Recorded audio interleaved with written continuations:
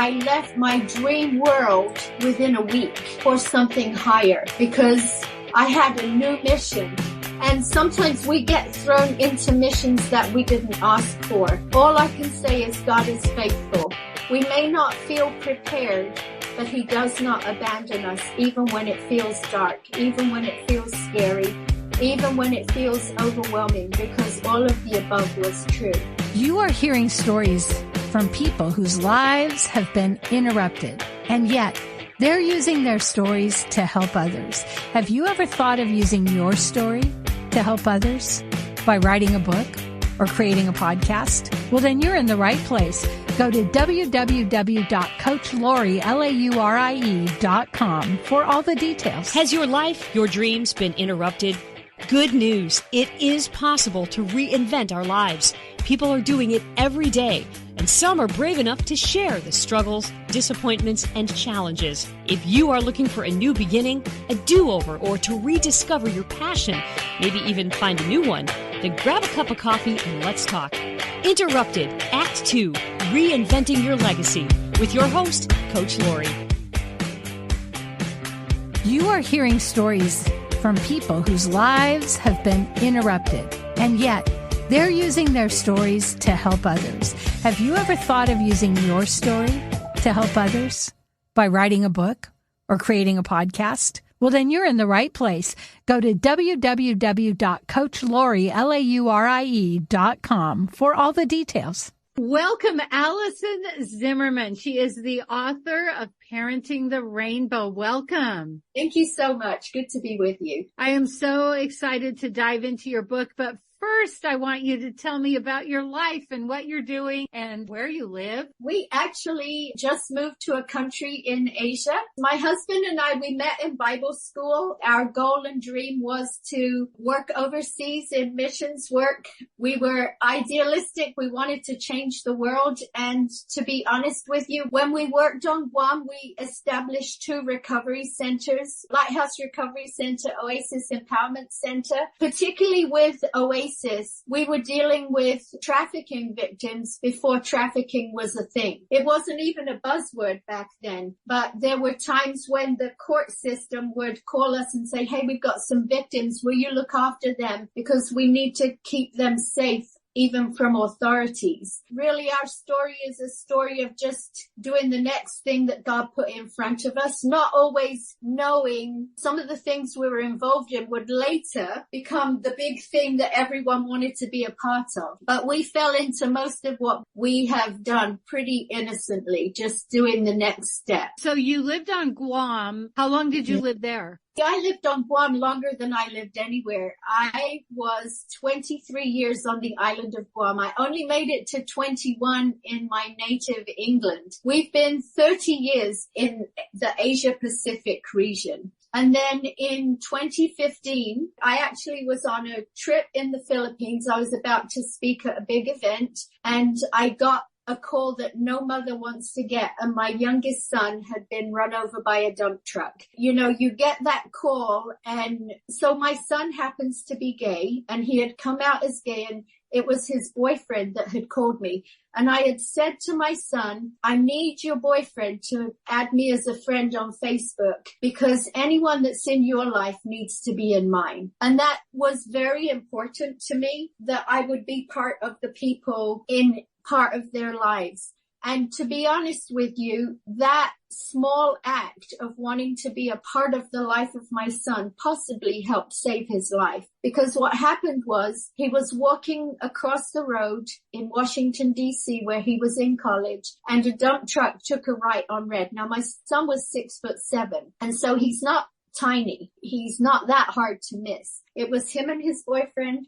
They had just gotten into the crosswalk. I've seen the video. You see the dump truck start to take a right on red, and my son pushes the boyfriend out of the way. But you see the dump truck basically eat him for dinner. It drags him along the road, but you don't see him anymore. He's under the truck, and it goes over the top and the bottom, and you don't see him anymore. You see him walk into the crosswalk, and then the truck takes him away and leaves him on the side of the road. And I get get this call from this voice that I had never heard. And he said something terrible's happened.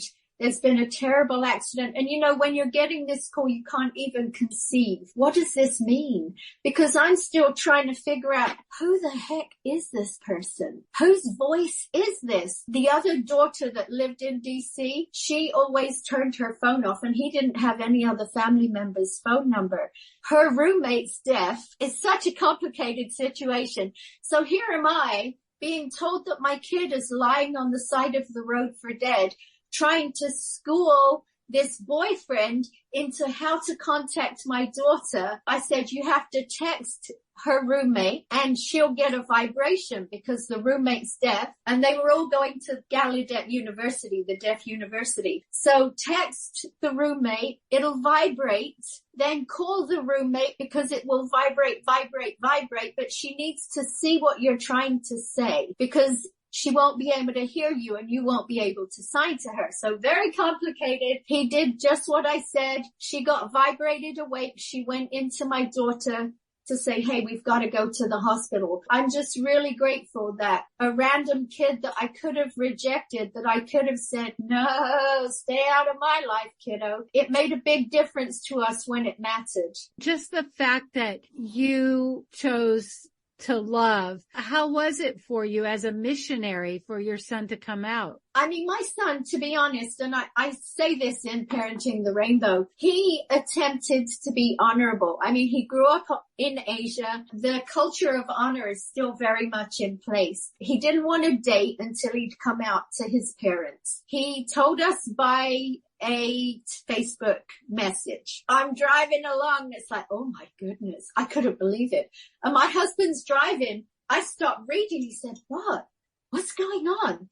And I'm like, either pull over or promise you'll keep your hands on the wheel, because we were coming down a big hill and could have gone off a cliff into the ocean. I think my son was concerned, as was some of our daughters.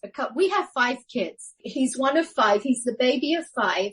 And he's my miracle. He's a miracle child on many, many levels. But they were concerned how it would affect our ministry, particularly because the church has often taken a hard line when it comes to homosexuality. And we've forgotten that we're talking about people with souls, people that Jesus died to save, and we're no better than anybody else. It was shocking. On some levels, it changed our world. It said to me, the world I thought I had was not the world I had.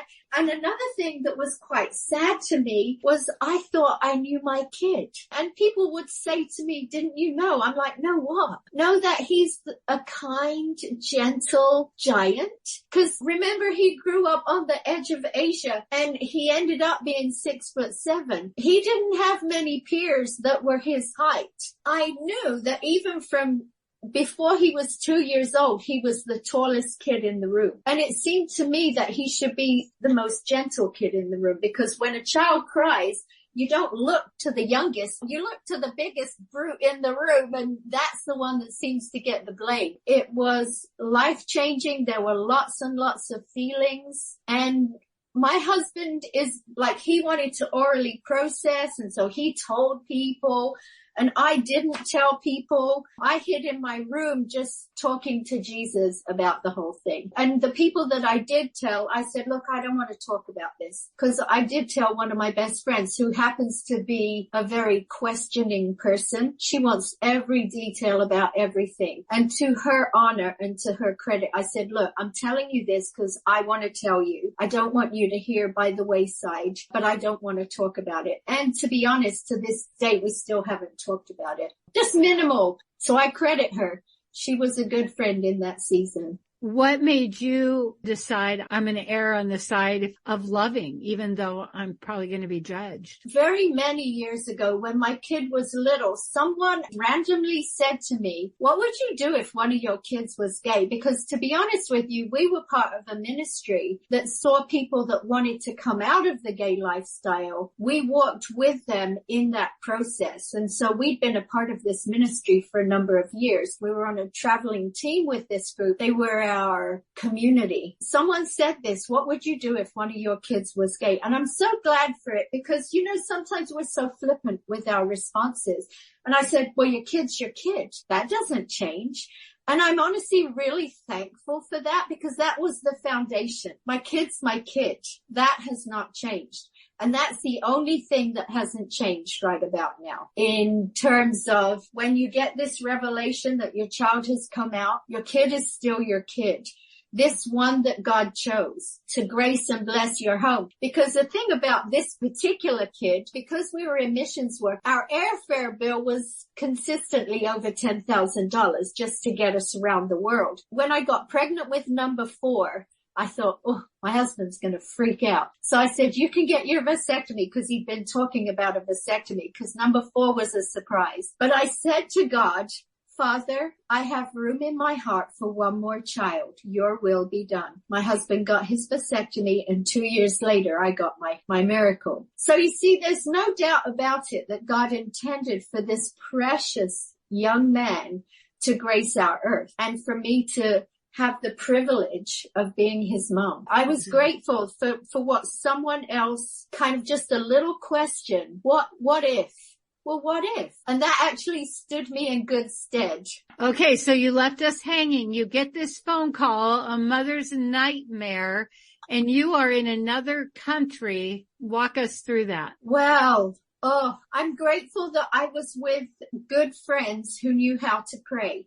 Because when you're in a crisis, you need good people around you. These people seriously knew how to pray. As I'm speaking, they need us to pray right now because one of their granddaughters has just been diagnosed with Kawasaki syndrome. I'm praying for them in ways that they prayed for me. We're in this vehicle when I get the text. Instantly, that vehicle became a war room for prayer. And we were driving along. We were all crying out as if it was everyone in their son. I think I went into a fog. I mean, all I kept doing was checking my phone. I was supposed to be staying somewhere else. The people brought me into their home, said, no, we don't want you on your own. We want you around support services. My husband got me a flight home to Guam. I couldn't get my husband. He was in a prayer meeting. Our accounts of this story are different. I just know that I was the one holding the information that I needed to relay to him. He wasn't answering his phone because he's in a prayer meeting. So I thought I'm just going to call the office. So I called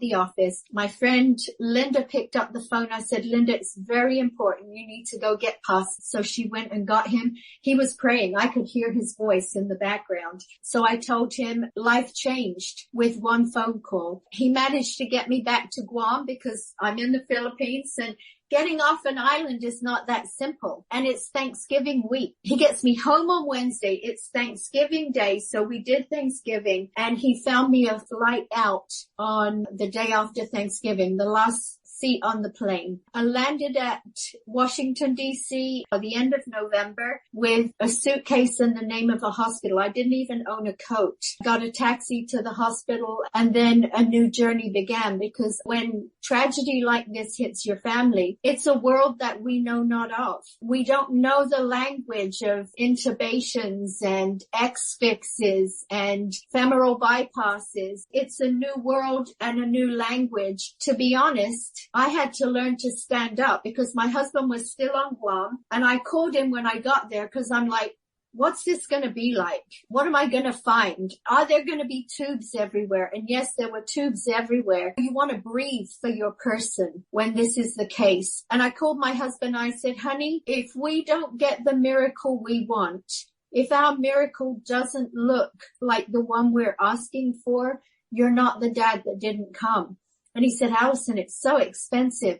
And I said, I know, but you're not the dad that didn't come. This is an investment that we're going to make because you're a nice guy. You're not going to be able to live with yourself if you missed an opportunity to potentially say goodbye to your son. And if this is not goodbye, we'll all be rejoicing. But if it is, we'll at least have no regret. Within a week of me getting there, because it wasn't simple, we had a staff of 30 people. We ran a recovery center in the middle of the Pacific. So there were things that had to be arranged for him to come also. He came, and my son was still in and out of a coma, didn't even know that his dad was there. Until that point, I'd been staying at the hospital because I landed and lived at the hospital until my husband got there. And then when he came back at Christmas, my son knew it was his dad, and he knew he had come. He was so skinny by this point, but he pulled his daddy's head. He said, "You're my daddy. You came to me." It was a very sweet and precious moment, but my husband, it reinforced for him, he's the dad that came, as opposed to the dad that showed up when it was convenient.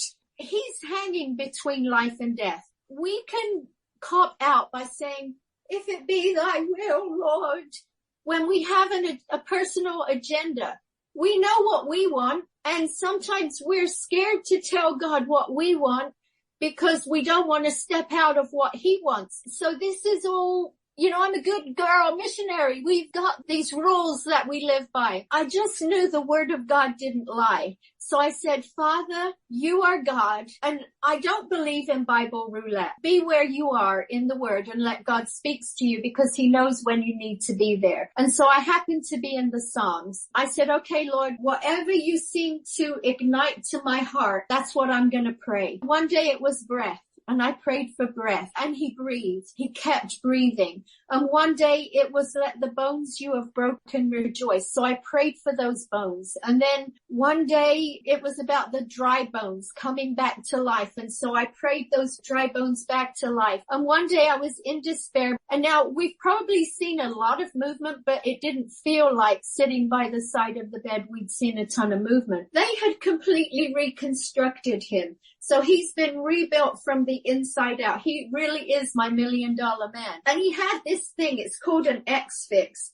And it's a steel, I don't know what it's made of, titanium probably. It's like an external structure that's burrowed into the hips, which are all wired together. It was holding him together. There were holes, they're about the size of a teacup, the rim of a teacup, and they would clean these, they called them pinholes. They weren't pinholes, that was no pin, but they would clean that, and I couldn't bear it because even though he was like in a comatose state, that's the time he'd kind of grown. So I'd leave the room when they did this. And at one point I said, "God, I feel like I just don't have enough faith." For some reason, I went to the Hall of Faith in Hebrews 13. I'm in the Hall of Faith, and it's just not really doing it for me. And I said, "God, these are men that have done great things for you, but I'm just it's just me here, you and me talking." And I get to the end of that chapter, about the final phrase. It said, "And women who have received their sons as back from the dead." I leapt. Something in me was like, why can't I be one of those? And it wasn't "In the name of Jesus, I'm one of those." It was a humble, "God, why can't I be one of those? Can I be one of those? It says it in your word, and you've been performing your word every step of the way. You've been doing what you said you would do as you've led me to this place in your word. Can I be one of those women?" And I kid you not, that was when the big change happened. I'm not even next to my son's bed. I'm sitting on a plastic chair in the waiting room saying, "God, can I be one of those women?" I'd sit in that room and massive tears. I wasn't crying, but with my inner person was in such deep grief that these great tears would plop onto my Bible. But I know for a fact that in that moment, the transaction in heaven took place, and my son's life was restored differently than it had been. We had been hanging on by a thread until that point. Now, interestingly enough, there was a doctor from Brazil, I think, Portugal. He would sit in the room because when you're in ICU, you've got this massive room basically to yourself with millions of dollars of equipment all around you.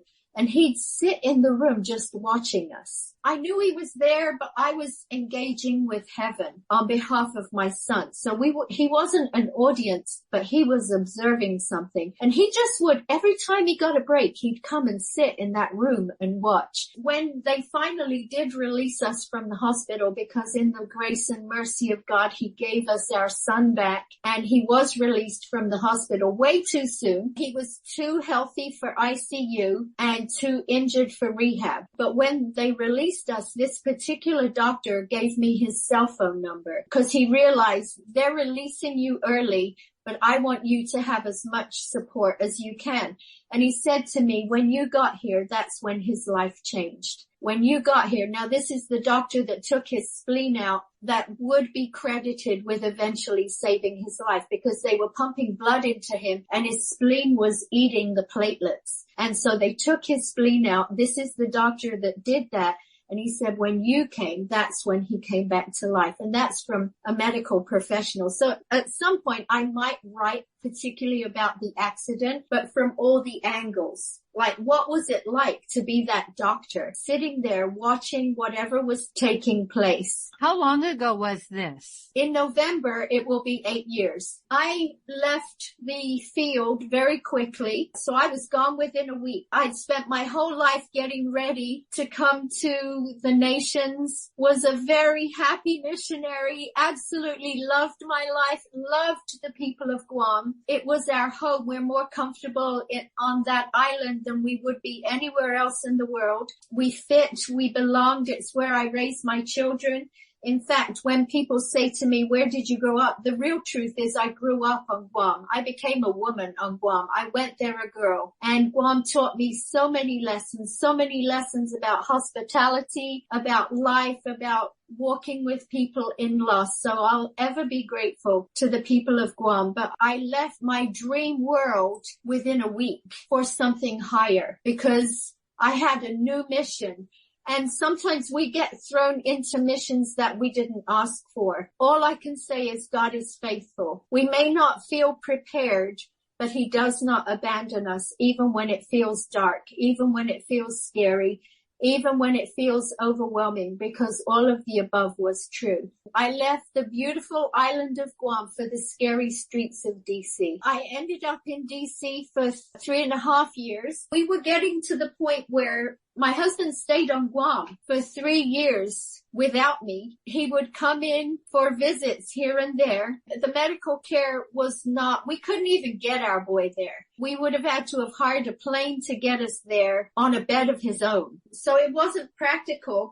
And that's the other thing. When you're in the middle of crisis, people can have lots of opinions about how you should be doing things, but you're living this nightmare. This is not anyone else's nightmare to live. And kudos to you for getting through it. Forget public opinion. Because people say, why on earth were you apart for 3 years? I mean, to be honest, we had a child who needed us and a ministry that needed us. And so we just did all we knew how to do. We divided so that we might conquer. It was the only way we knew to do what we were trying to do. Rob could not have just walked away. But when his mum got cancer and he was feeling the tug, it had been 3 years. He was working hard to put everything into local hands. To be honest, my husband's a hard worker. By his confession, a workaholic. So just fulfilling his roles was going to take 3 or 4 people. So setting up a team to do what he did. And then his mum got cancer. And I said to him, you know, our whole life we've been on the mission field, our whole adult life. This is a season that you can come and serve and pour into your mom. And what's another 6 months for us? You'll be in Virginia and I'm in DC. I can come down by train and see you if I've got care for Ethan. That's what we ended up doing. He came and spent the last 6 months with his mom and poured into her life, and she was dying, and he took her for hair appointments. He took her for nail appointments. He took her for walks in the fall, and he did communion with her every morning. And when he was with her, she'd rally and thrive, and she'd look fantastic. And then he'd come up to me for the weekend and she'd plummet and go downhill, and he'd come back and he'd do communion with her. In the end, it just had to be, Mom, you're tired. Your body's tired. If you feel the call of heaven, we bless you to respond. I was in DC for 3.5 years. We always wanted to get back to the mission field. It was deeply within us. We feel like our lives had purpose and what we did mattered on that island. We had one daughter who had married a kid on a mission trip from the Redding, California area. And we thought, okay, she's rooted. We're going to take our son there because there's still good medical care. We'll take him there and see where we go from here. So we went to Reading. Believe it or not, that daughter has now moved away from Reading, and our son has also gone back to college in DC. He picked up his studies in the mercy and the grace of God, and we waited for a year, and we still assist our son. So we're basically on retainer. For example, if he ever gets a bowel obstruction, I will go right away to be with him, because that's been part of this journey. Because of the scar tissue, his intestines get pulled in funny directions, and we basically manage his life from afar. But there's a lot that he's doing that we step back and watch him do and cheer him on in the process. And that must be how you met our friend Cheryl. We met Cheryl because our son started going to her church. We're like, okay, well, we've been going to a different church, but weren't building community. And we said, eventually we want to go back on the mission field, but we want to do it in the context of a family. And our son had found this church. He went on Sunday, and the next day he went to home group. This is like, our kid is different. He walks with a limp, and he's an old soul in a young body. And we're like, whoa, this church must have something. If this is happening and if he's going back, it took us about a month, but we ended up following him to the church. In the church, there were retired missionaries. There were retired pastors. And it's like, whoa, there are people like us here. So this pastor has something that is feeding and sustaining people that are just like us, that are in the process of life isn't what it used to be. They're in transition, or they've transitioned into a different kind of life. And this guy has the anointing that is feeding these people. We ended up at the stirring. Seems like in the course of time, the event with our son has taken its appropriate place in our history. Finding the new normal while you're en route to the normal that you wish you had. Are you back at the same place that you left? We are not back in the same place that we left since we did drug rehab. Many of our women who have come through our program are now running programs, not just that program. We did a lot of legwork to go and start an oasis on a different island. And someone that used to work for us has taken the stuff, and she's starting it on another island. They've asked Rob to be on their board. So it's very exciting. So no, we are not there. We are part of a new initiative. It's an initiative that's going to be sending people into unreached areas. But so we're just part of a teaching team. We're part of the core team. We're the old folk on the team. We want to pour into the young ones who will be going. We also teach in some Bible schools in the Philippines, but we get, our official title is care pastor. We get to go continue living the dream, and we feel so humbled. Your book is called Parenting the Rainbow. My son told me to write it. He said, oh, Alice, he calls me Alice. Oh, Alice, you've done a pretty good job with this. You should write a book. Because he was counseling, ministering to kids who were coming out as gay. He basically had a community that he was relating to on their coming out journey. When he had this accident, they filled his room with pictures and cards and gifts, but there was a picture frame as big as our computer screen, and it had kids from all over the world on this Facebook group of kids who were all praying in their own way for his healing and recovery. It was quite powerful, really. If somebody wants to get it, where's the best place? Amazon, because this has hit the church on some level, but it's coming. It's going to be way bigger than we are even prepared for. And it seems to be really touching ministry families who have a kid who came out as gay. What is it you really want people to know? He is faithful to his word. On my epitaph, I think it would be a great epitaph. She loved the word, and it came to pass. And what are you reading? I just finished something by Beth Moore, who I think is a phenomenal Bible teacher. And I usually have a health book or two on the go at the same time. All My Knotted Up Life. Allison, thank you so much. Much love. Do you have brain fog? Are you exhausted all the time? Do you struggle with depression? How about cravings? Imagine an enzyme that turns sugar into fiber. For a link to order your bottle, email me at lacoach@comcast.net. That's lacoach@comcast.net. 3 things we learned from Allison. When life is hanging in the balance, even though you are praying and believing, you still want to show up. We parent the child. No matter what, they're always our child. And even though during the interruption, time might seem like it's rolling so slow, that doesn't necessarily mean it's the end of your dream. If you love this podcast, here's a big ask. Will you share with your friends and family, subscribe, give us a review, and a 5-star rating so that others looking to reinvent their lives will be able to get the help they're looking for? Thank you in advance.